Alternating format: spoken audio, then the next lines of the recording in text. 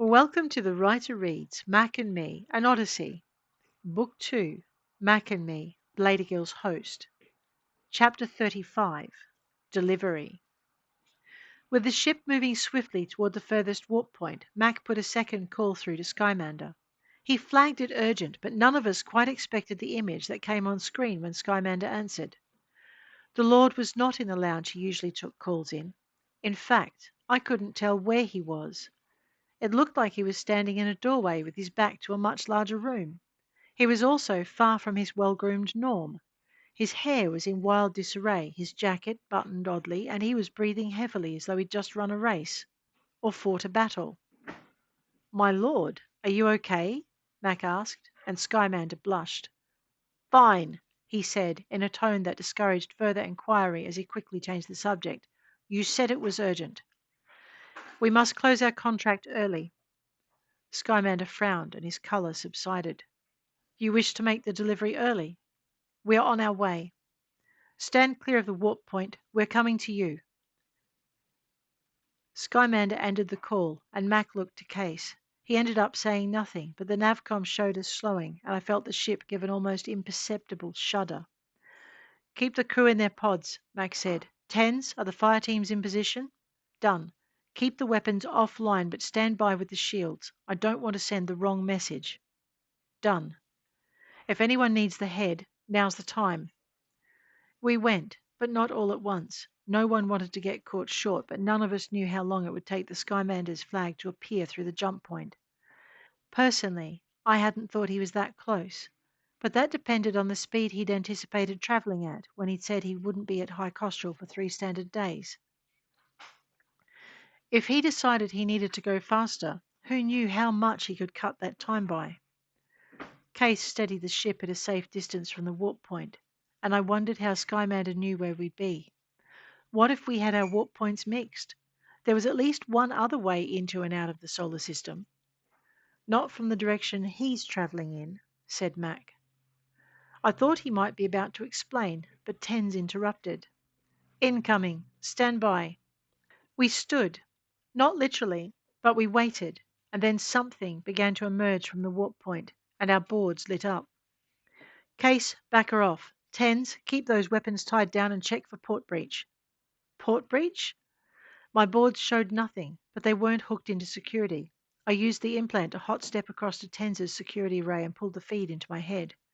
"Holy fuck," I murmured, but Tens, Mac, and Case all ignored me. They were far too busy. Case, because she was getting the ship out of collision range. Tens, because there were flashes of yellow light flaring and fading throughout the ship. And Mac, because he was overseeing it all. I touched nothing, but I watched everything and plotted several course resolutions Case could use if she needed them. Those I sent over to her console as I watched the big ship roll in and saw patches of red begin to bloom along the hull. "Get those, Cutter," Tens said, and I watched another dozen amber flares go live in the lower decks. I didn't bother asking how Tens knew I was in his system. I didn't care. No doubt we'd be having words about that when this crisis was over. Right now, I needed to make sure those comms mines didn't get their greasy little claws into our ship's systems. Sweet. Tens had loaded some pretty good protection into the defensive array. I tweaked 2 of them and watched the red blotches shard to nothing. That didn't help with the alert for an all-systems intrusion coming through the comms lines. Fuck! Which only goes to show that Tens is as potty-mouthed as I am when he's under pressure. I didn't need him to tell me which line of green needed to be dealt with first. Tens was still working to repel another wave of amber, and I didn't want to know what was happening to the men and women trying to teleport in. I sure as shit doubted they were being returned to their point of origin. "Where I can, Cutter, where I can." And Tens sounded like he was speaking through gritted teeth. I chased down the first wave of green, blocking it with a hastily thrown program designed to act like a damn wall which blocked and then dissipated the attacking code. The first one worked, and I flicked a second out and into the path of the other attack. That one didn't work so well. The attack pile driving through the block and continuing to the ship's central processor. "For fuck's sake, lock it down!" And I didn't need an explanation to know that Tens was talking to me. The first stream was stopped, but that second stream was operating in a more aggressive format. Not entirely my beast, but whatever. I guessed whoever was running the code was used to meeting defenses head on, which meant they could probably outgun me in the coding department, which meant I should try something different. And I probably couldn't take them on in the aggressive department either. Right. So subtle it was. I let the code go past me, so to speak, ignoring Tenza's squawk of frustration as another 3 teleport attempts blossomed and failed.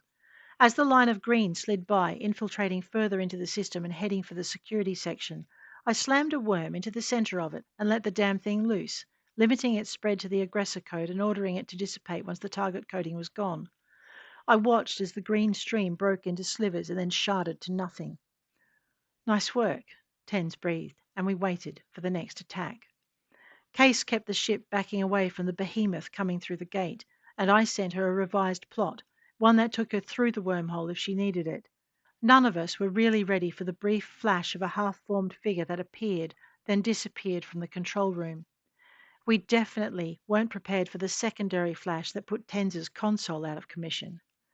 Down! Mack shouted, and we dived beneath our consoles, even Case, although the ship suddenly rolled to the left and I guess she'd hooked into the controls with her implant and was planning on flying it blind. Not good, I muttered, but I didn't see that she had much choice. Perfect, said Skymander from the center of the command center, and I peered out from under the console to see him standing in the center of a circle of heavily armed men. I see I chose a worthy team. I might have answered that, except there was another line of green racing for the ship's core system, and I was having none of it. I threw down a blocker and then tried for the same sneaky side shot that I'd tried before. This time, the virus bounced off and then blew apart, and I had to think of something new. Bastard, I thought, and let loose one of the hound dog programs Rowan had given me. The intrusion software turned and faced up to the doggy, the 2 code constructs circling each other for all the world like 2 dogs sizing each other up for a fight. Not a bad analogy, Skymander said, but it wasn't him that had stooped beneath the counter to press a Blazer 54 tight up against my rib cage. Mack? Stand down, Cutter. I caught the eye of the guardsman holding the Blazer and hoped Skymander wasn't made of the same stuff that had formed Marl and Bendigo. I was tired of having to grow bits back. Out! The guardsman moved back, taking the Blazer with him, and I followed, moving slowly out from where I'd taken cover. When I straightened up, I found that Mack, Tens, and Case were already standing behind their consoles, their hands raised.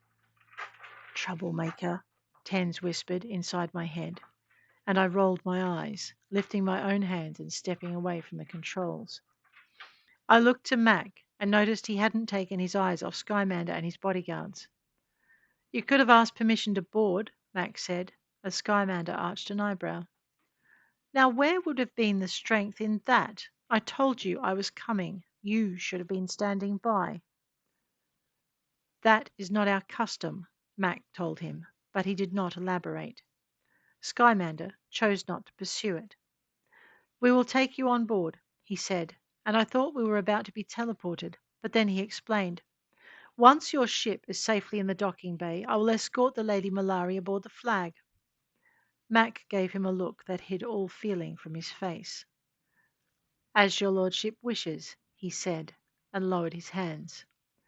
Around the control center, the rest of us did the same, but we all kept our hands away from our weapons. We were outgunned and outmaneuvered, and these boys had us dead to rights. The Shady Marie rocked slightly, correcting the tilt.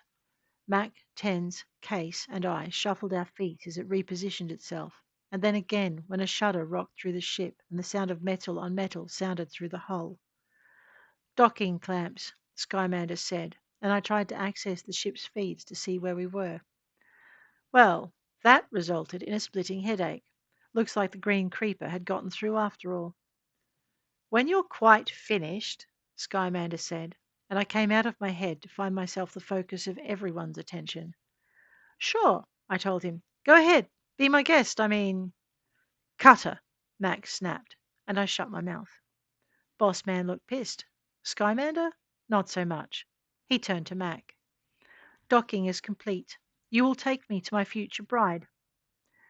If she survives, I thought, but what the hell ever? Mack shot me a glance that might have scorched paint if I'd have cared. I didn't. Not on this matter, and he knew it. When it came to Malari, I'd never met someone so eager to go to the torture chamber. Cutter! I winced, and Skymander caught the movement. By all means, he said, indicating Tens and me. Bring your shadows. Shadow, huh? I shot a glance at Tens, but his expression gave me nothing, and Mac just looked bemused. I figured if Skymander had smacked him between the eyes with a large plank of wood, the effect might have been much the I caught Mac's next look. Okay, if Skymander had whacked him with a large plank of wood, maybe Mac would have looked a bit different. He shook his head and turned to our self-invited guest. This way, my lord. And I'd never heard Mac quite so deferential. I'll explain it later using crayon and a sheet of paper, he said, where only I could hear it. Mac led Skymander through the corridors to the Lady Malari's quarters. I was surprised to see she was packed and waiting. Even more surprised to discover a female nurse standing to one side of her and two of Mac's female security guards standing on the other. My lord, Malari said, and dropped into a deep curtsy as soon as Skymander stepped through the door. My beloved lady, Skymander replied, extending his hand palm upwards so that she could take it. I have come to take you where I need you to go next. The Lady Malari rose out of her curtsy and slipped her arm through the arm Skymander offered. As my lord commands, she replied, her voice the barest whisper of sound, as Skymander signalled for Mac to lead him back through the ship. Take us to the main airlock, he said, and remain aboard your ship. Full control will be returned to you when we have returned you to open space. When they had what? But I caught the slight wrinkle to Mac's brow and kept my mouth firmly closed.